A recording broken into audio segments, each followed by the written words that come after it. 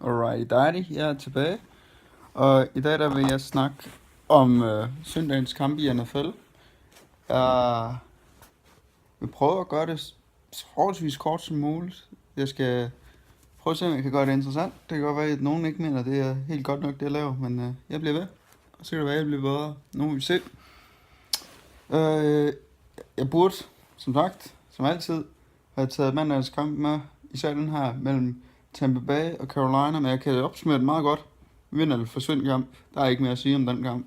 Altså, nogle af de hold, de vil noget i den her sæson. De bliver nødt til at vinde. Nu skal vi se, om Mr. Famous James er noget værd. Om den fucking defensiv for Tampa Bay overhovedet kan noget, hvilket jeg tvivler kraftigt på. Og om Carolina, de virkelig er der, hvor de skal være. Om det forsvar er så godt, som folk de har påstået. Fordi det er en kamp, hvor forsvaret skal vinde kampen for Carolina. Der er ikke nogen tvivl. Ja, så det er jo egentlig det. Lad os starte med Thursday Night Football. En tragisk affære at kigge på mellem San Fran og hvad hedder de? De hedder Arizona Cardinals. San Fran og Arizona Cardinals. Første kvartal opsummerede kampen frygtelig godt for mig, da jeg så den live. Helt horribel. Ingen af holdene kunne få første downs. Det var ren forsvarskamp. Og basically, jeg sad bare og ventede på, at der skulle komme en turnover. Fordi den her kamp, den kan kun defineres på en måde. Og det er via turnovers. For de her to holds offensiv, det var simpelthen så ringe. Og Drew Stanton. Jeg forstår ikke, hvad det er, de mener. De ved jo, at Carson Palmer, han har en skadeshistorik. Men de bliver ved med at have, det er ligesom fuldkommen ligesom Dallas sidste år. De ved, at deres quarterback har en skadeshistorik, men de spiller kortene så naivt, at de har den mest inkompetente backup ever i Drew Stanton, der ikke kan en dyt. Han er mega upræcis, han er farlig for sit eget hold, og man bliver nødt til at eller play calling, de kaster bolden, som om de stadig har sådan på med ind, og de ikke har Drew Stanton inde. Deres play calling, den er totalt naiv fra Arizonas side. Jeg er meget, meget skuffet over deres play calling. De kører offensive som om, at det er flydende stadigvæk. De er slet ikke taget højde for, hvad det er, de kan og ikke kan. Og selvfølgelig så har de Fitzgerald, og så har de Johnson, som bare løber bolden vanvittigt godt, men det er jo slet ikke nok. Altså, det er ikke godt nok til at være et godt offense, fordi det er en stor del af holdet, og de virker ikke som om, de er adaptet til, at tingene ikke fungerer, som de burde for deres hold, og det er for mig meget skuffende. San Francisco, der er ikke så meget at sige, de mangler bare talent. Så et must win for Arizona, men der er simpelthen en lang vej på det offense der. Det ser slet ikke godt ud. Defenset, det er lige de der 5% dårligere, end de var sidste år. Jeg synes ikke, de ser særlig godt up front. De har nogle okay pass rushes, men jeg synes stadigvæk, det er muligt at flytte bolden, eller løbe den imod den. Og jeg synes ikke, deres secondary er så imponerende, som den har været. Men jeg har ikke den samme fornemmelse om, at når du kaster bolden derned, så er det en toss-up om, hvem der kommer ned med den. Jeg synes faktisk, det er lidt mere til angrebets fordel. Ja, og så er primært for angrebet. De leverer bare ikke de point, de har leveret tidligere, og det er jo det, de har levet på. Så forsvaret har ikke pøs at skulle være genial altid. Det har været et big place, selvfølgelig, Arizona. Men de har ikke skulle pøs at være et top 5 elite forsvar. De har bare skulle være okay, når angrebet det har været så godt. Og lige nu der mangler det hold den udvikling, at de skal prøve at spille anderledes. Fordi det fungerer ikke lige nu, og modstanderen har listen. Går videre til næste kamp for mig. Det var, nu vælger her, Jets mod Steelers. En okay kamp for Jets. De var da ikke katastrofale, kan man da sige. Men ikke fordi de får flyttet bolden specielt godt ned ad banen. Og Fitzmagic, det vil være lidt lang tid siden, at han har været det. Defenset for jeg forstår ikke rigtig Todd Bowles. Jeg synes faktisk, at defenset er gået forholdsvis meget den forkerte vej for dem. De er altså overhovedet ikke lige så gode, som man skulle tro, Jets på defenset. Det er lang tid siden, de har leveret en stor præstation. Det er næsten hele vejen. Altså, det er jo reelt i uge 1, de havde noget, der mindede om det, de skulle være. Det var ligesom deres blueprint på, hvordan det skulle se ud. Men deres forsvar, den der secondary, den er overhovedet ikke så god, som man skulle tro. Deres front seven, det er okay, men det er ikke meget mere end average. Så de kan ikke rely på det, og når offense overhovedet ikke kan drive den bold nogle vegne. Altså selvfølgelig var de med i en stor del af kampen, altså de faldt fra til sidst, men de virker bare ikke som et hold, der er der, og det reflekterer deres record også rigtig meget. Det bliver ikke nemmere for dem fremadrettet. Omvendt, Pittsburgh Steelers, en must-win kamp selvfølgelig for dem. Rigtig mange offensive våben. Big Ben, han ser god ud for tiden, han virker varm. Og deres offense fungerer som det skal. Deres defense, det er fint, det holder niveau. Når offense er så godt, så er det fint nok. De skal bare levere i de store kampe. Og der er de så en til en, eller en for to i den, da de havde en frygtelig kamp mod Eagles. Så det er mit forbehold for den. Så tager vi New England, som udrettede Cleveland Browns. Ikke så overrasket. Cody Kessler, han blev skadet. Katastrofe for Browns håb om at få en sejr i år. Så må de håbe, at Brian kan finde på et eller andet. Det kan være, at han også skal ind som kicker. Men det må vi se. Det er som om, man skal spille alle roller for dem. Det er meget nemt at opsummere. De to tight ends kombinationer. Hogan ned ad banen. Edelman in between. Det er umuligt at stoppe. Og lægger Blunt Brady. Det er næsten snyd. Ja. Altså. Og så imod så frygtelig en secondary. Fordi du kan ikke nå ind til Brady. Og når du i det hele taget ikke kan få lagt pres på ham, så er han simpelthen for god. Han udrettede fuldkommen. Altså, der er ikke så meget at sige om den her kamp, fordi der ikke var noget pres på Brady, og Brady, han skal jo nok ødelægge det her. Browns så okay ud i starten af kampen, men faldt bare fra hinanden. Der er ikke synderligt meget, jeg siger om den her kamp. Ja. Så de vandt 33-13 over Browns. Og Steelers vandt 31-13 over Jets. Og Cardinals vandt 33-21 over San Fran so far. Jeg glemte at sige resultatet. Og så har vi 31-13 i favør til Vikings, som vandt meget, meget komfortabelt over Texans med et rent skadesplade line-up for Vikings. Jeg kunne ikke engang som Vikings-fan, var jeg ellers selvfølgelig rimelig meget med i både off-season, og jeg ved ikke, jeg vidste ærligt talt ikke, hvem det var, de satte ind på. Hvem var det første, der gik ned med en skade. Jeg havde ingen anelse om, hvem var det, de satte ind. Det var rimelig skidt. TJ Clemmings ret dårligt. Mange fejl. Vikings, det er egentlig påfaldende. Vikings havde næsten 100 yards i penalty yards, men de flyttede bolden klart bedre end, altså bare på offense, hvis vi bare tager det alene, klart bedre end Texans, som lignede, jeg ved ikke hvad, en gang skrald. Og så har vi, når man så har en start, som Vikings har på den her kamp, hvor de simpelthen driver bolden fantastisk godt. Run game, det er okay. De mixer det op med nogle wildcat-spil. De prøver at forvirre modstanderen bare en lille smule, tvinger modstanderen til at bare respektere en lille smule running game. Jarek McKinnon, han er rigtig god. Men deres hjerter er det samme. Jeg er ligeglad, hvad folk siger. De er gode nok. Og det er forfriskende at se det her. Jeg elsker at se det her shotgun-spil. Det er meget nemmere for lommen at kunne protect det her. Selvom de til det, hvis ikke gør det. Kampen kunne have været lidt anderledes, hvis der havde været en safety på millimeter fra at være en safety efter Vikings havde kommet op med, 2 scores, eller 2 touchdowns. Så var de mega tæt på, men det var omkring den chance, Texans havde i kampen. Deres forsvar, det var okay. Merciless havde en god kamp. Clowney, okay kamp. Secondary, en horribel kamp. Offense lignede lort for Texans. Og ja, Vikings, de spiller rigtig godt på defense. Og får pres på quarterbacken. Men en ting er, at der kommer pres på lommen, noget andet er, og det bliver jeg nødt til at sige,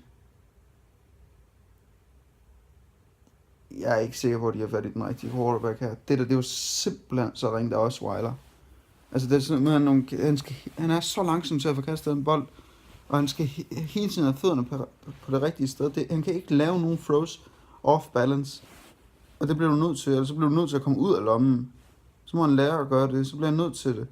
Og de kan ikke løbe bolden. Vikings defense, det er altså ikke genialt til at stoppe run. Det er ikke noget super godt run defense.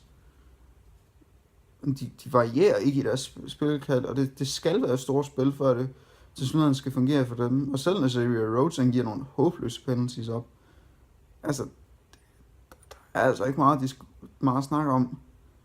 Altså, de skal egentlig være glade for, at Harrison Smith han misser en pick 6 fuldkommen, men så er Vikings jo så Marcus Sherrills klart bedste punt returner i ligaen, for uden at de har Cordell Patterson, som stillede vanvittigt godt op, og han ligner mere ved en right receiver, og fik også scoret sit første touchdown i umenneskelig tid som right receiver. Men det eneste, jeg kan sige om Vikings lige nu, det er skaden, der sætter begrænsningerne, men ikke rigtigt alligevel. Så folk de kan ævle så meget, de har lyst om, at Vikings er skadet, men de fortsætter. Jeg vil gerne se lidt mere af Laquan, fordi jeg tror altså, at han godt kunne fungere, men hvis de ikke mener, at han er klar, så bare fortsæt det her. Så dårligt er deres Vikings receiver altså heller ikke. Folk de vil gerne give dem bullshit. Adam Thielen, han er mere end kapabel. Og Charles Johnson skal nok fungere. Jarvis Wright har altid fungeret for Vikings. Problemet er lidt med tight enden lige nu. Michael Pruitt går ned. Zach Line er ude. Og de har en halvskadet Rudolph. Det kan godt blive nogle lange kampe. Jeg tror også, at de skal over at hente. Det har de jo allerede gjort. Hente en tight end hen til at hjælpe lidt. Lionheart, tror jeg det var. Som de også havde i training camp, som de så cuttede. Men nu må vi se. Titans ikke smadret, men tæt på løber Dolphins midt over. Ellers fedt punt return, eller nej, ja, det var et punt return af Jakeem Grant, som også er med i Undrafted Series serien på, man kan se på Game Pass. Super. Det var egentlig, hvis det var det isolerede spil, vi kunne tage ud af kampen, så skulle man tro, at det var en Dolphins kamp. Det kan man ikke sige. They got the ass whooped. Titans defense, det er rigtig godt, det er så en ting. Dolphins angreb, det er lort. Det gider jeg simpelthen ikke se på længere. Det er simpelthen så ringt. Det er værre end en Bears angreb. Det siger noget. Det er værre end Colts angreb. Det burde egentlig være det, fordi så dårligt er Bears angreb heller ikke. Det er ringt, men ikke så ringt.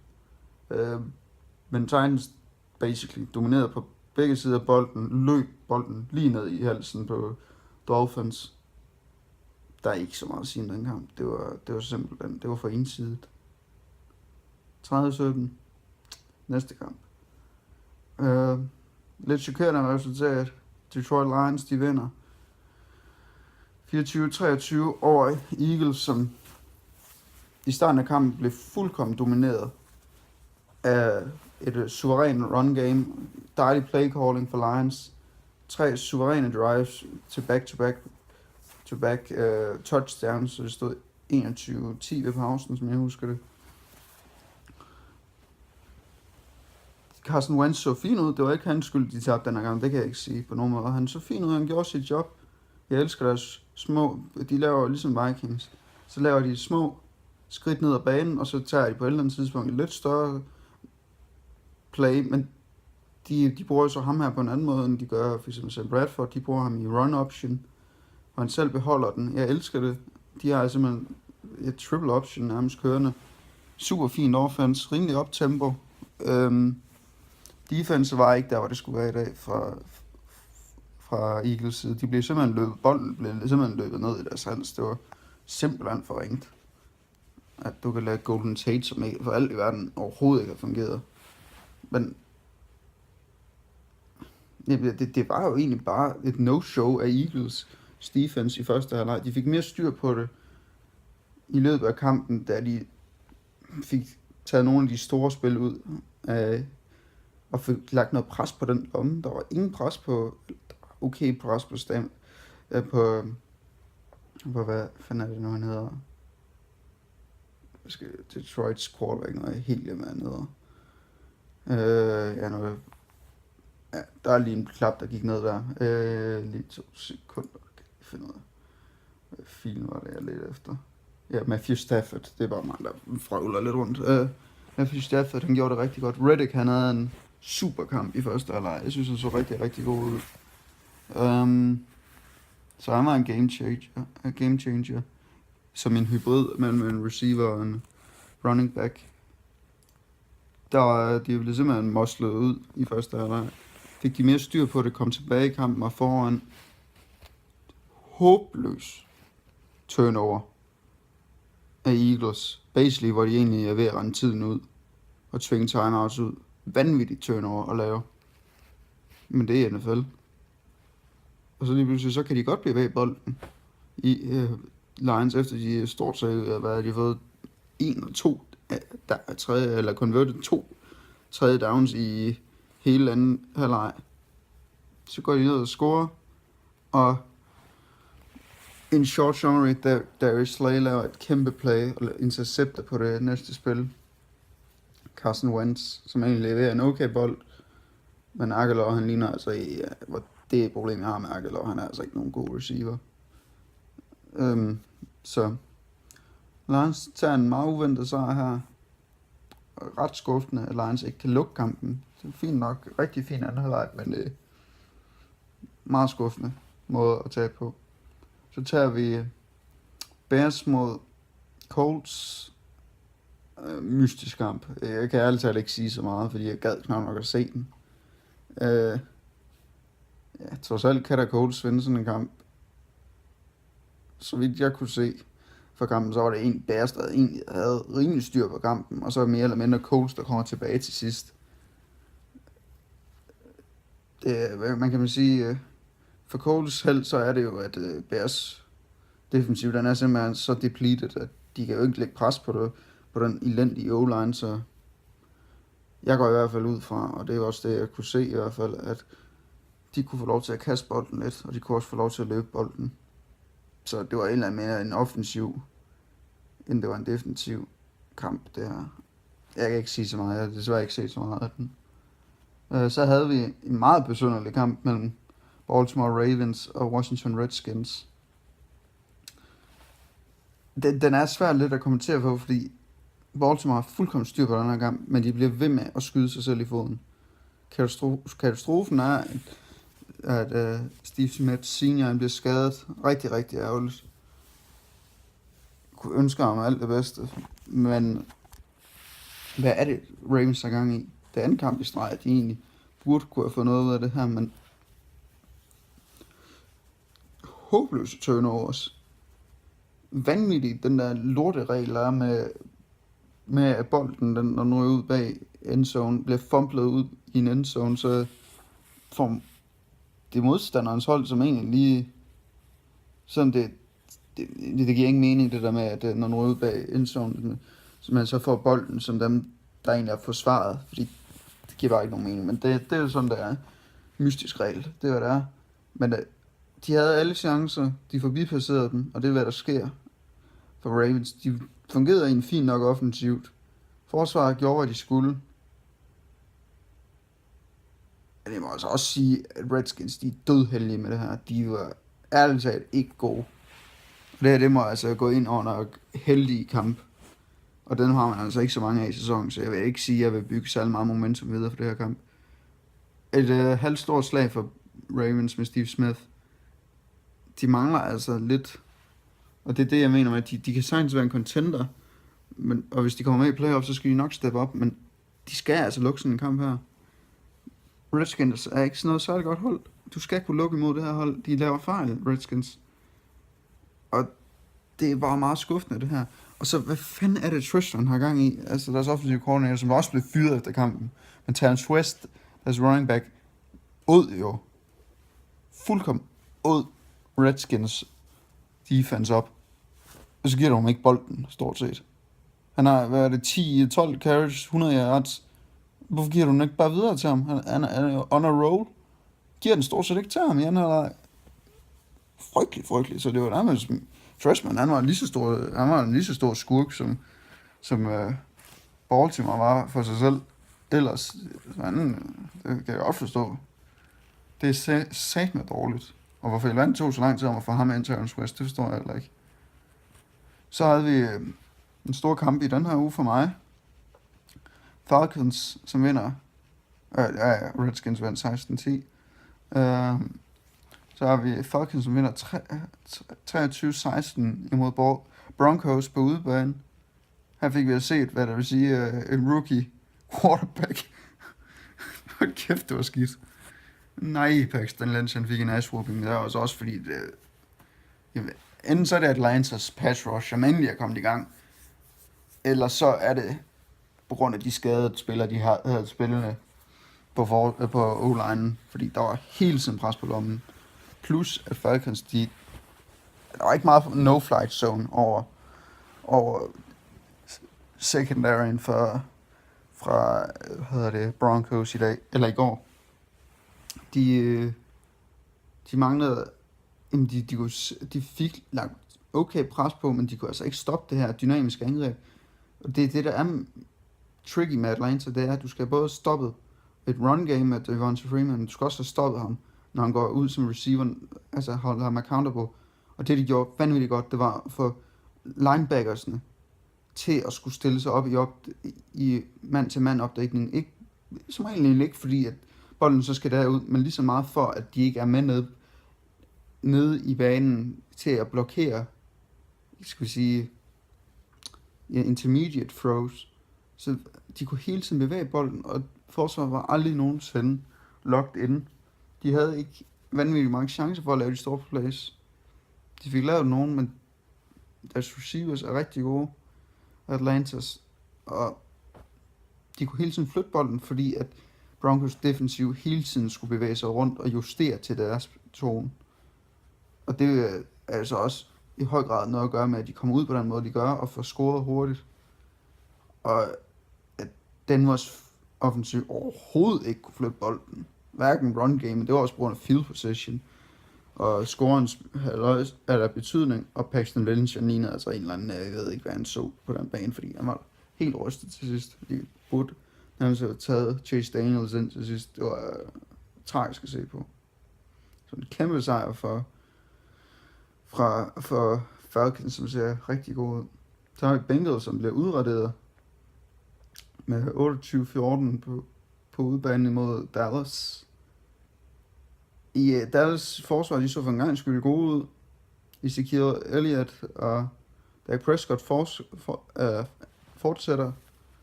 Det ser rigtig godt ud. O-line gør det vanvittigt godt, som så vanligt. Hvilket også hjælper vanvittigt meget. Og jeg kan ikke se, hvorfor han skal tilbage. Det her, det fungerer. Lad nu være med at ødelægge noget, der fungerer. Lad ham nu bare få den experience, han kan bag den her, og så gør det til hans hold. Lad nu være med at ændre i hele det her med, hvem det er, der er lederen på holdet. Ja, det kan godt være, han er lederen, men Dak Prescott, han gør det, altså, de tror jo på ham. Det er helt tydeligt. Den her dynamik fungerer fantastisk. Det kan blive et super godt år for Dallas, hvis det her forsvar kan fortsætte. Omvendt, Bengals, der er stadig ikke noget run game, og den O-line, den kunne altså ikke forsvare noget, plus forsvar, det ser slet ikke så godt ud, som det burde. Deres forsvar, det er middle of the pack, det er slet ikke der, hvor det skal være. Ingen pres, så deres secondary ser rimelig squishy ud. Jeg synes ikke, den ligner noget som helst.